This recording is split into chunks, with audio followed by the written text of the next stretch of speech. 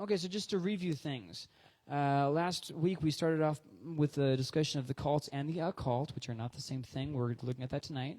And we basically looked at the idea that the same word doesn't have the same meaning to the cultists. You can think you're making headway and talk about something, and everybody thinks that we're talking about the same thing, but you're not. You're not even in the same ballpark.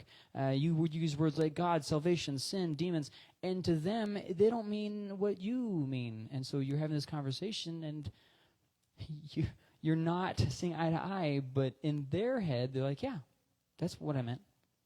It's like, okay, well, it's not what you said, though. So, and we close out the idea with when you're talking to people who are involved in the occult or in cults, make sure you stop and ask, now, what do you mean by that? I heard you say this. What do you mean? What do you think that means? And you can just kind of go by that. Like, for instance, one thing that, this isn't really part of tonight, but one of the things that you hear about occult people who practice in the occult a lot is they'll say things like this: well, that's your truth. I'm living my truth. This is what I think is right. Okay, so if that's true for you, there really is no such thing as absolute truth. Is that an absolute truth? Now, I'm not saying say that to be smart aleck. I'm saying enter into dialogue. There is no absolute truth. Is that an absolute truth? When you enter into dialogue, not trying to win an argument, but actually trying to converse with the person, it kind of just changes. And that's what I'm talking about, where they're going to be coming out of this background just completely different from what you're thinking. So that takes us into tonight. What actually is a cult, and what is the occult? So we'll start off with some questions here. What do you think when you hear the term cult? I know I didn't word this very well here, but this is what I'm trying to say. What do you think of when you hear the word cult? What? Compound. Okay, like, I got you, like the whole Jonestown compound. Okay, all right, that's good. Anybody else? Or anything else, you can answer again.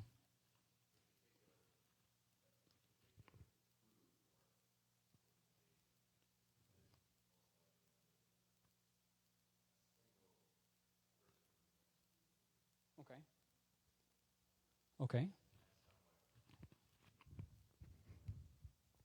Person with absolute authority, secluded group. Okay. All right. At a compound. I think Grace was going to say something. Was that right?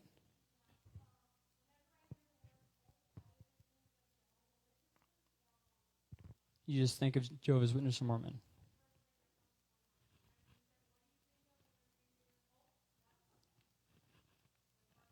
No. Especially Mormons. Funny story that I'm not telling. So moving on. Anything else? Do what? Oh, yeah.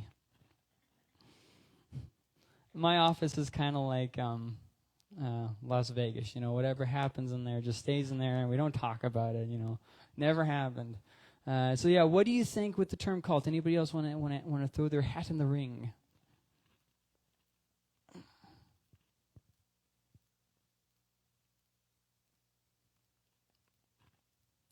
Okay, we're all good? I want to make sure that we're not belaboring the point here. Okay, so let's have a follow-up question then. We're talking about cults. What experiences have you had with a cult? Any cult? Or a group that you believe to be a cult? Either or, doesn't really matter. Just tell me some of your experiences with a cult. Not that you have to have been a part of one. I should say your experience with people who are involved in a cult. I should probably say it like that.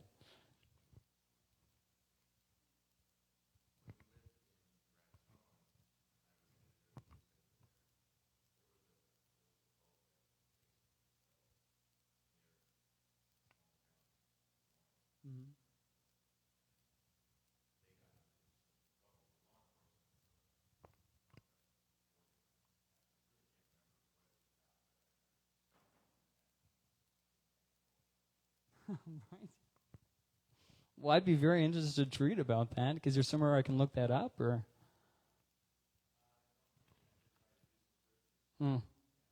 Des Moines, New Mexico. I didn't even know there was one. Okay. Okay, I know where that area is. Huh. Okay, anyone else? Any experience you've had with somebody in a cult? Or if you were previously in a cult, that's fine. You can share that too.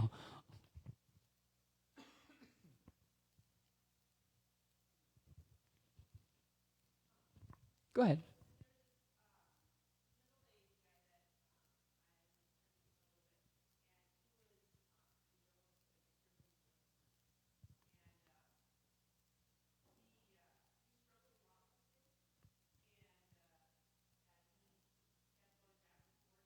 Mm.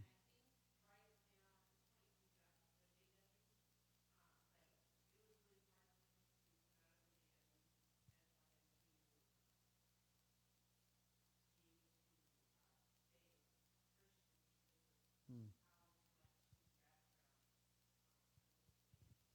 Now, without going, I mean, if any of these questions you don't feel good sharing, then don't. But was his family also Jehovah's Witness? And did he ever mention how what kind of dynamic there was between his family and him leaving it?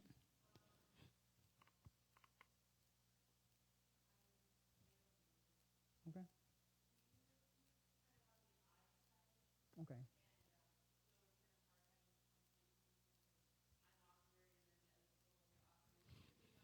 So homeschooler. I'm just kidding. I'm joking. I'm joking. I say that because I was a homeschooler.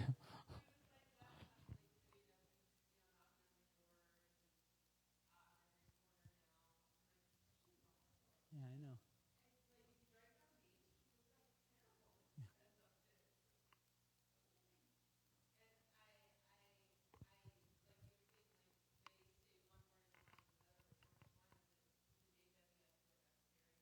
Mm.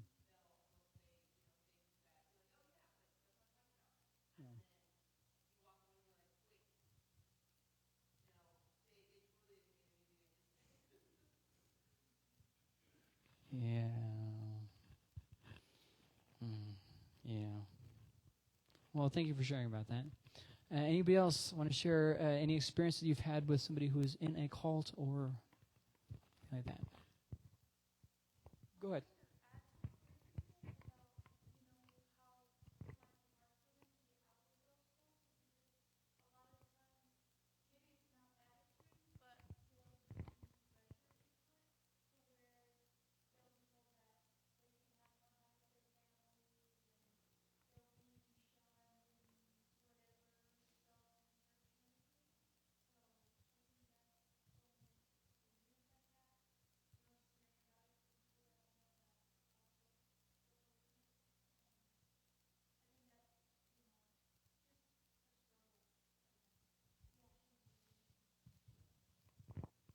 Um, actually, as you brought that up, we'll look at it more later. But Jehovah's Witnesses actually historically flip-flopped on that issue. At some times in their history, they say, no, you can't have anything to do with your family if they're not Jehovah's Witness. And then other times they say, it seems like it kind of varies from city to city at this point, because the church itself is kind of flip-flopped on it. We'll talk about it later, though. Okay. So Grace, go ahead.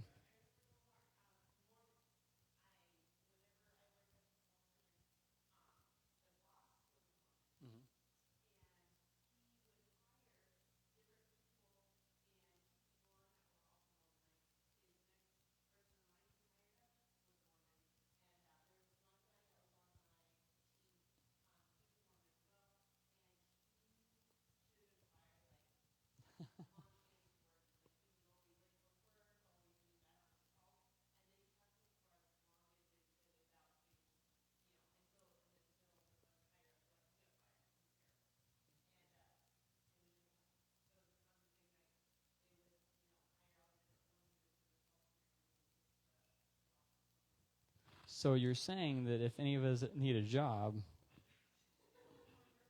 or say that you are,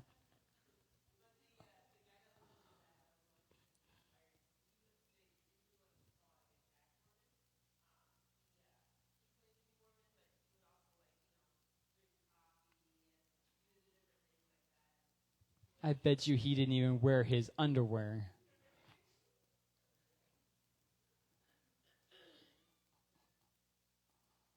That's funny. Of course, how are you going to realistically check that thing anyways, you know? I mean, some of the things with cults, you really have to wonder, like, realistically, how do they know? Like, how do they, like, are you a good Mormon? Do you have your holy underwear on? It's like, what are they going to do, underwear inspection or something? Come on. I would say, anybody else have experience with anybody who's involved in a cult you want to share?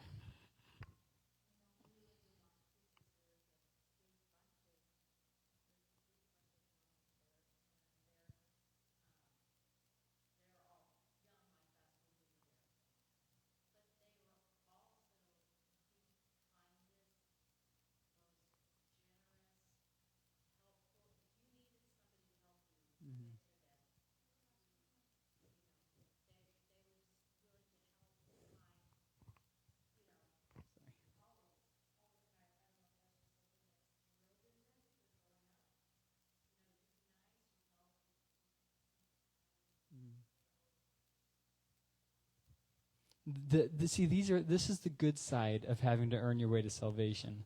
It's because it really puts your money in the pot, huh? I'm kidding. I'm joking.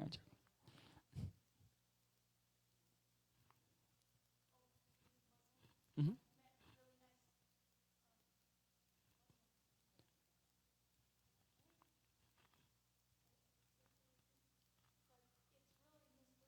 Yeah.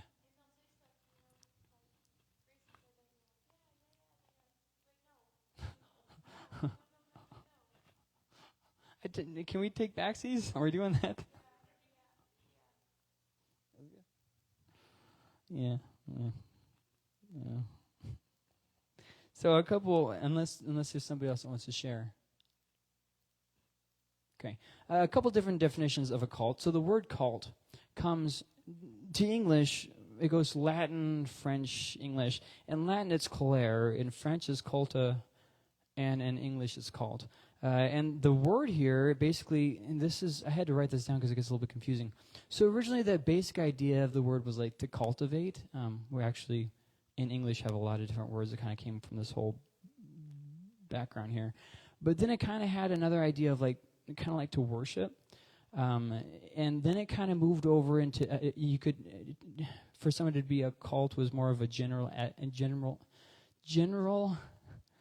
admiration of, which is kind of weird in like the 1800s or so. And then in the 1900s, it changed more into unorthodox religion. So if it was a religion that just wasn't very, name brand. But then, in modern usage, it's more used as a derogatory term, cult, and people just kind of label it on everything. Here are some definitions. One is a subgroup that differs from a whole, or a variation of the whole. But if under that definition, that would technically make the Assemblies of God a cult. Not in a bad way, okay, but and see, when we hear the word cult, it already has that negative connotation to it. But I'm more talking about just bare roots objective definition, because the AG is a part of Christianity, but it is a subgroup of, under that definition, here to be a cult. So as you can see, that really isn't a very helpful definition. The Oxford Dictionary defines it as a system of religious veneration and devotion directed towards a particular figure or object. But if you think about it, that would mean that all of Christianity is a cult. Because we are a system of religious veneration directed towards a particular figure. So that's not a very helpful definition either. Okay, let's move on to the next definition, also but from Oxford. A relatively small group of people having religious beliefs or practices regarded by others as strange or sinister. Well, here's the problem with that one. So are you saying that if a cult gets enough people believing in it, it's no longer a cult? See, there's an inherent problem here with this definition. Let's keep plowing forward. Another translation, this one is also from Oxford, a misplaced or excessive admiration for a particular person or thing. But that's pretty subjective, isn't it? It says a misplaced. Who's to say it's misplaced? and excessive admiration. Well, once again, who's to say that? So it's kind of subjective and debatable, not really helpful. Walter Martin described it, which he was called the Bible Answer Man or something like that. He had a radio show in like the 80s or something like that. But anyways, he defined it as a group of people who gather about a specific person's misinterpretation of the Bible. But the problem with that interpretation is that not all cults are super into honoring the Bible. You know what I mean? Even if you take Jonestown, at the beginning it started as a church, but then gradually the Bible was done away with, and then gradually it was more like just a social movement than a church. I mean, they still had a little bit of a religious aspect to it, of course, but it wasn't quite, well, you get what I'm saying. Dr. Braden described it as any religious group which differs significantly from the normative expression. Now, I shortened that because his response was like a paragraph long, and I was like, I don't want to do that. So we're just shortening it here. Any religious group which differs significantly from the normative expression. But that brings up even more questions besides the ones I already asked. Is the cult purely religious? Does a cult have to be purely religious? I think that's a difficult question to answer. I think nowadays there are religious expressions of a cult, but I think we're going to look at this over the next couple weeks. Sometimes things can be cult-like without actually having a religious root. So we'll look at that a little bit more in the coming weeks. Does normative make it not a cult? We asked that with the other one too. Some very big issues there. And here's another one which the Bible actually addresses. What if the variation gets the upper hand? For instance, 1 John starts out, the church is in a little bit of trouble because there's like a group, an out thorn that's just kind of poking in there. But then you get to 3 John, and that outer thorn that's just kind of being a pain in the butt, they're now the ones running the show. And the actual Christians are the minority. So to put that in what terms we're using right now, the cult had won the day. So where do we go there? And then people, there's this guy that says, I think his name is Gamaliel, who says in the Bible, hey, if it's of God, it won't fail. That's not true. That's not true. And the Bible actually disproves that time and time again. But the Jews listened to him and decided to leave the Christians alone at that specific situation. And I think a lot of times we've, not we, but, religious people have kind of held on to that with, hey, if it's not of God, it won't succeed, and just kind of ran with it. Well, then that would mean that Mormons are of God. They started out with just a couple of people, and now there's millions of them. So I think that might not be overly realistic. Moving on, though, I think maybe a better way of defining a cult, recognizing that there is no perfect definition, is to say it is a sect with beliefs not commonly held. A sect with beliefs not commonly held, such as Jonestown. Or a branch of a larger belief system which varies on key doctrine, such as the Jehovah's Witness. So under that definition, then you can have the compound, you can have the charismatic figure, you can have those things without having to really go too far out to the definition. Now, there's going to be some typical things that you see in a definition. We'll get to in a cult that we'll get to in just a minute. But one thing you definitely see, and I think it was Todd that touched on this, is that they often have a central Christ-like figure, somebody who has great charisma usually. For the JWs, this would be Charles Russell, and for the Mormons, this would be Joseph Smith. So are all religions cults in a way? And the reason why I bring this up is because if you talk to people nowadays, especially atheists, they say this: well, all religions are cults. Okay, so let's kind of look at that, and I made sure to write myself some notes so I wouldn't forget my train of thought here. That you can definitely make claims like that, but the thing is, just because you make a claim doesn't make it true, okay? A lot of times people say this just because they're trying to be insulting, not actually because they're basing on any fact. And if you are trying to call something, you really need to base it on a real definition rather than just saying something because of a negative association that you've had. Basically, I went to a church once. I didn't have a good experience. The people were, mean to me. Therefore, Christianity is a cult. It's like, well, what is a cult? See, intelligent conversation absolutely requires mutually agreed upon standards, right? You cannot have an intelligent conversation with somebody if you are speaking in English and they are speaking in gibber. Blah, blah, blah, blah. Okay, yeah, but I'm trying to... Blah, blah, blah. Oh, okay, but I said this. Blah, blah, blah. You know what I mean? It's not an intelligent conversation. You really can't go anywhere with that. And words have to mean something. And you'd be surprised how much that simple statement comes up in conversations with people involved in cults. Words have to mean something. Well, I know, once again, it sounds very, very, very simple, very basic. But you'd be surprised how often this is going to come up in your evangelism efforts. Words have to mean something. You're going to talk to people. Let's say you're talking to a Jehovah's Witness. They were brought up numerous times. And you're having this conversation with them. And they're going to say something. And you say, well, hold on, what do you mean by that word? And then they start talking. And you say, well, hold on. Words have to mean something, and that's not what that word means. You can't just change a meaning anytime you want. Let's kind of maybe look at the dictionary and see, what does the dictionary say this thing is. Can I have a little bit of... Now, once again, I'm not saying be condescending, but at the end of the day, yes, words do have to mean something if you want to have any kind of a conversation, an honest conversation. And so when you're bringing up these things about, well, what do you mean by sin? What do you mean by God? What do you mean by that thing? It's very important that you clarify what's being said so that you can both have a mutually beneficial and intelligible conversation. So in response to that atheist who says, well, all religions are cults, if everything is a cult, then there is no such thing as a cult. That's how definitions work. If everything is a thing, then by definition nothing is, right? Because if you're saying all religions are cults, so then how can a cult be a minor variation of a whole if the whole is a cult and everything else is a cult too? See what I mean? You can't do that. Words have to mean something. If everything is a cult, there is a such thing as a cult. The study breaks down, the conversation breaks down, you're just left with a bunch of people looking stupid. Because you're just like, okay, what do we do with this?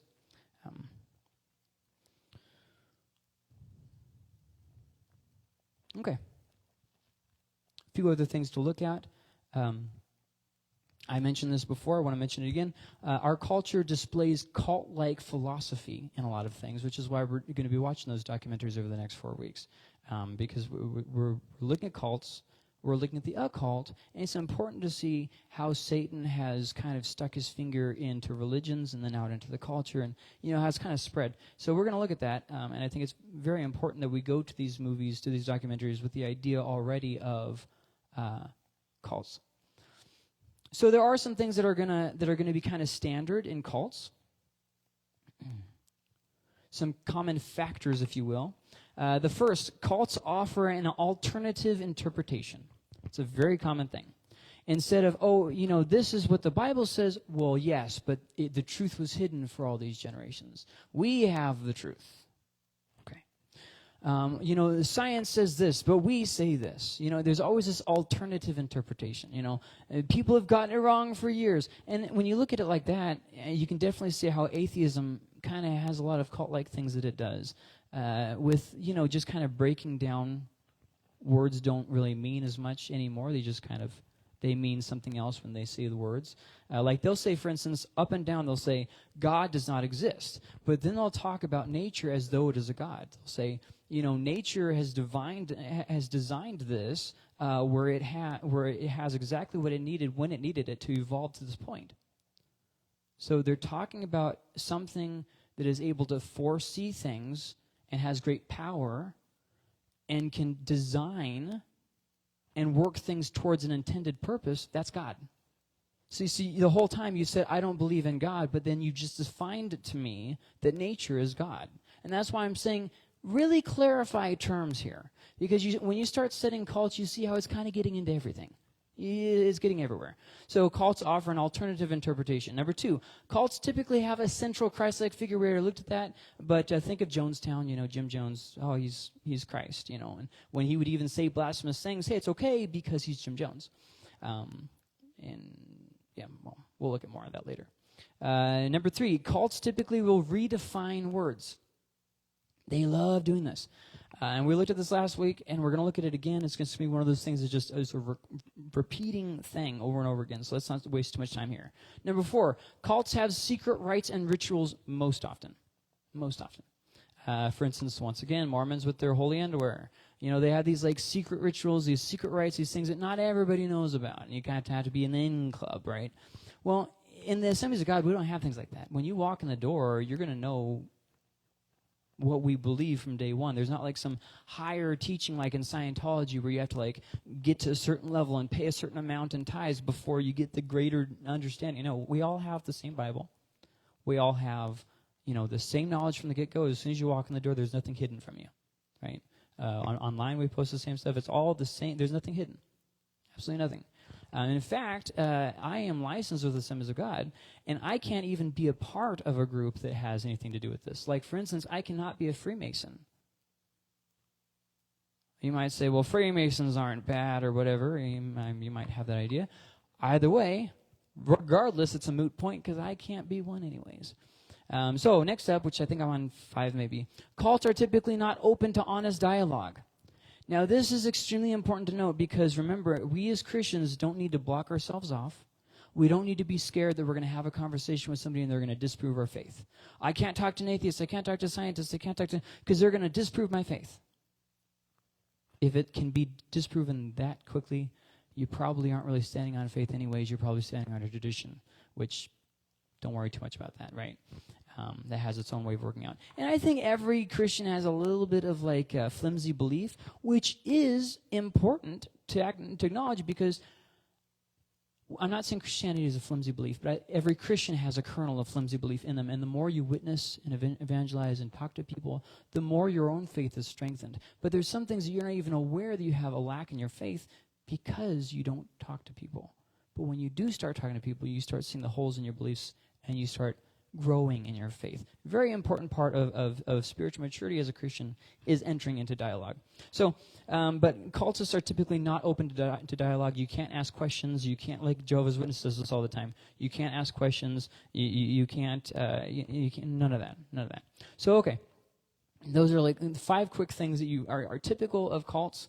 I will say also that many times I've talked to people who call themselves Christians, but they can't submit to church leaders, or they also can't submit to the church's teachings, and so they go off and have like their own little house church, or they just don't go to church anywhere, and they tell themselves something like this: "Oh, I don't really have time to go to church," or "Oh, the pastor and I don't see eye to eye," or this and that and the other thing. But at the end of the day, they are convinced that they're right and they don't want to change, and that's not technically a cult, but it's very cult-like behavior. And not being able to challenge your views or anything like that. It's kind of cult-like. So before we get to the occult, one more statement point I want to make. These are all in the same thing about what is a cult, but cults aren't as easy to define. I think we've definitely seen that because you get to some things. I know you didn't know I was going to say this, Morgan, but I was actually going to bring up Islam. Sometimes it's not so clear whether something is a cult or not a cult. It's kind of not so cut and dry. Is Islam a cult? Let's think about it before you answer. You might say, no, it's not a cult, it's a religion. Hold on.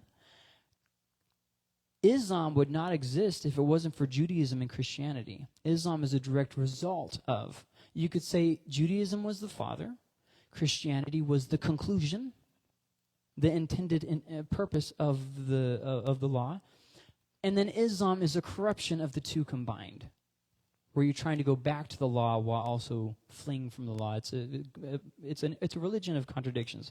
But anyways, and so the question, is it a cult? Well, in a lot of ways it is. It's a little complicated because in a lot of ways Islam is a cult, not just a religion. So yeah, I mean, it's not like Buddhism, it's a bit different. So that takes us to the cult. But this whole time I've used cult and the occult. And we never really said what's the difference between the two. So the occult, when you're talking about it, I realize now how hard it is. Unless you see it written down, it sounds like I'm saying the same thing twice. Occult and a cult. So occult, O-C-C-U-L-T, is not a variation of a whole, okay? An occult comes through Latin as well, but the idea of the word occult is more based on secret or hidden or, that kind of an idea, something that is well, secret. I mean, I don't know how else you can say that. Whereas a cult is a deviation from the whole, the occult is secret practices or beliefs not bound to any one religion. Okay? The occult isn't like, oh, Jehovah's Witness, that's an occult. No, it's a cult, but it's not part of the occult. Okay? Occult is more of more based on the practices themselves. So let me kind of show you some differences. I talked about how Freemasons are seen as kind of like a cult, which conversation for another day. But in a way, they exhibit some occultic behaviors, and that things are secret and hidden there. Secret membership, secret blood rites, all these different secret things going on there. But still, I don't think we can realistically say that. But when we look at something like astrology, well, that would be occultic. Astrology is occultic. Looking up your horoscope, that's occultic. It's not part of a cult, it's occultic. Does that kind of make sense? So when we're trying to separate the two, cult is a deviation from the whole, like Jehovah's Witness. Occult is secret practices or beliefs. It's not bound to any single religion. A cult is more based off of religion, like Jehovah's Witness, or it's forming a new religion with a charismatic leader like Jonestown, that kind of an idea. But with an occult, we're more talking about a practice. So you can be part of a cult, a normal religion, or non-religious, and still participate in the occult. Does that kind of make sense? Okay. So occult is more of a sweeping gray area, and a cult is more of a defined line. So I will try not to switch in between talking about cults and the occult, just because it's so confusing to hear somebody say that unless they really draw attention to a cult. But even then, I realize it sounds again like a cult. So we'll just try to talk about them one at a time. How about that? So witches and Satanists, they're both occultic, but they don't agree on everything. So you can see that it's not so much a clear line in the sand.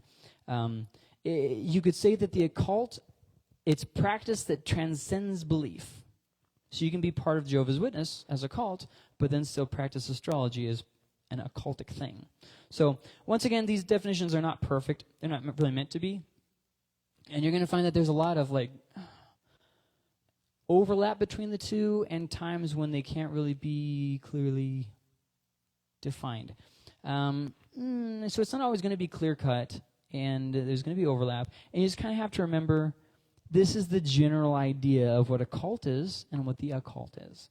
And then, kind of go from there moving forward. So just to summarize this, since I sometimes get a little bit too wrapped up in a bit of it. Cult is not easy to define, but there are some defining characteristics.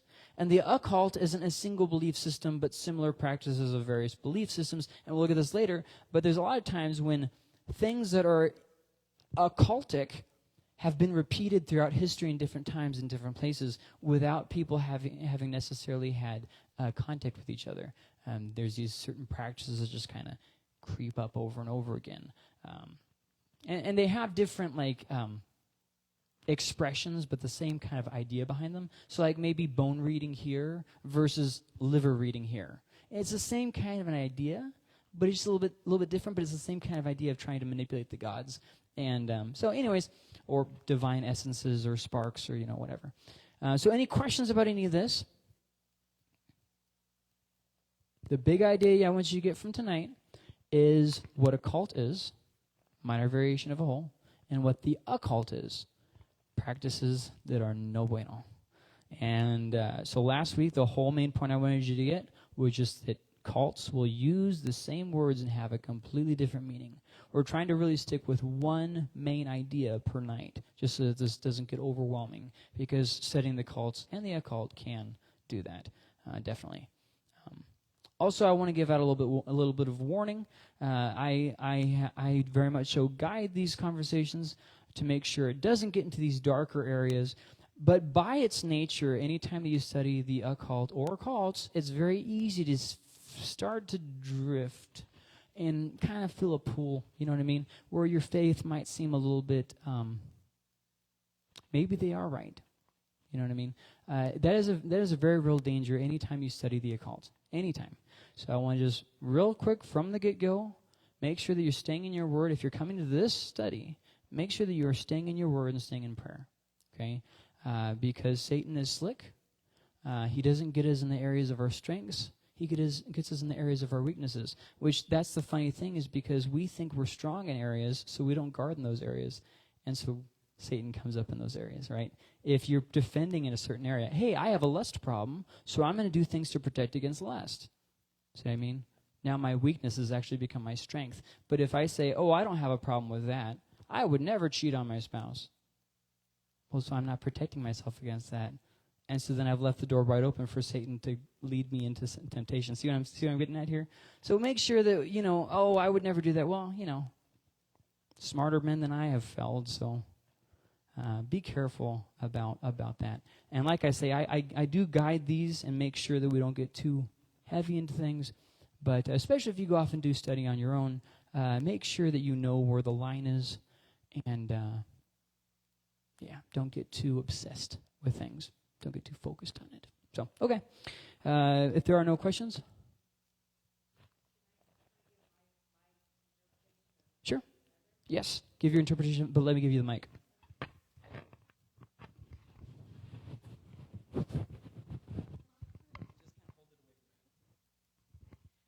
I could be wrong, but I feel like, both the occult and occult are both lies from the enemy. But when you kind of try and divide them, occult, it seems like they're trying to make you feel like you're enlightened and blessed because you know this. But when the occult is involved, it makes you feel like it is more of a secret that should be only together with people that you know for sure feel the same way, and it's more dark and maybe done in the dark, whereas the other one seems like it's enlightened. That's kind of my... I would actually kind of add on to that too, and mention that a lot of times people in the cult feel more powerful. I've got the secret power, kind of like a substitute for the Holy Spirit, But yeah, I would totally agree with that. I would definitely totally agree with that. Anything else? Anybody else? Either or. Morgan, go ahead.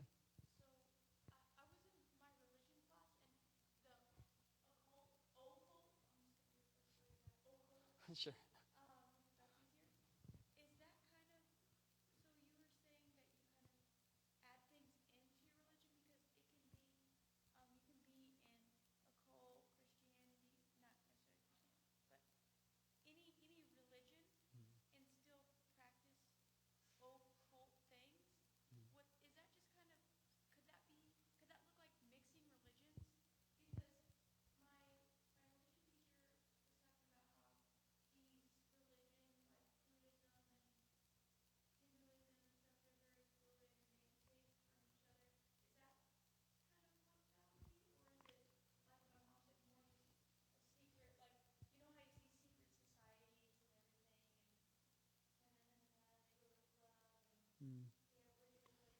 Well, it can be like that. It can definitely be a mixing between the two. That can happen too. Yeah. But I think an example might clear this issue up. Have you ever seen people who call themselves Christians, but they still read the horoscope? They still, maybe do certain recreational drugs. They still. It's nothing wrong. Watching porn is a victimless crime. I mean, I'm not hurting anybody. Or they. They just do things that we would call worldly, and they kind of snake it in there. You know what I mean? That's kind of like what the occult is. The occult isn't something that because you practice it that marks you as a certain thing. Okay? It's something that, people sneak it into whatever else they're doing. Very rarely do people do occultic things and have no other influence. You know what I mean? Like, oh yeah, I'm going to... Well, I've mentioned the horoscopes. I'm just going to stick with that. I'm going to do astrology, but I'm not going to get involved in anything else. I'm not going to go to a cult. I'm not going to get involved with Buddhism or anything. I'm just, Very rarely does that happen. A lot of times people have a way of just kind of, sin is kind of like wet paint. It just kind of smears and gets everywhere. A lot of times it's like that. Well, yeah, you're going to find even people who call themselves Christians getting involved in occultic things. And you're going to find people in the cults getting involved in occultic things. It's kind of, that's why I was saying it's not so cut and dry. It's not so clear to put the line like, oh, here it is. It's a lot harder. And then you get to things like Freemasons where it's like, well, which group is it? Is it a cult or part of the occult? You see what I mean? It's not always so easy to figure out. Does that kind of get what I'm saying? Okay. All right. Anything else?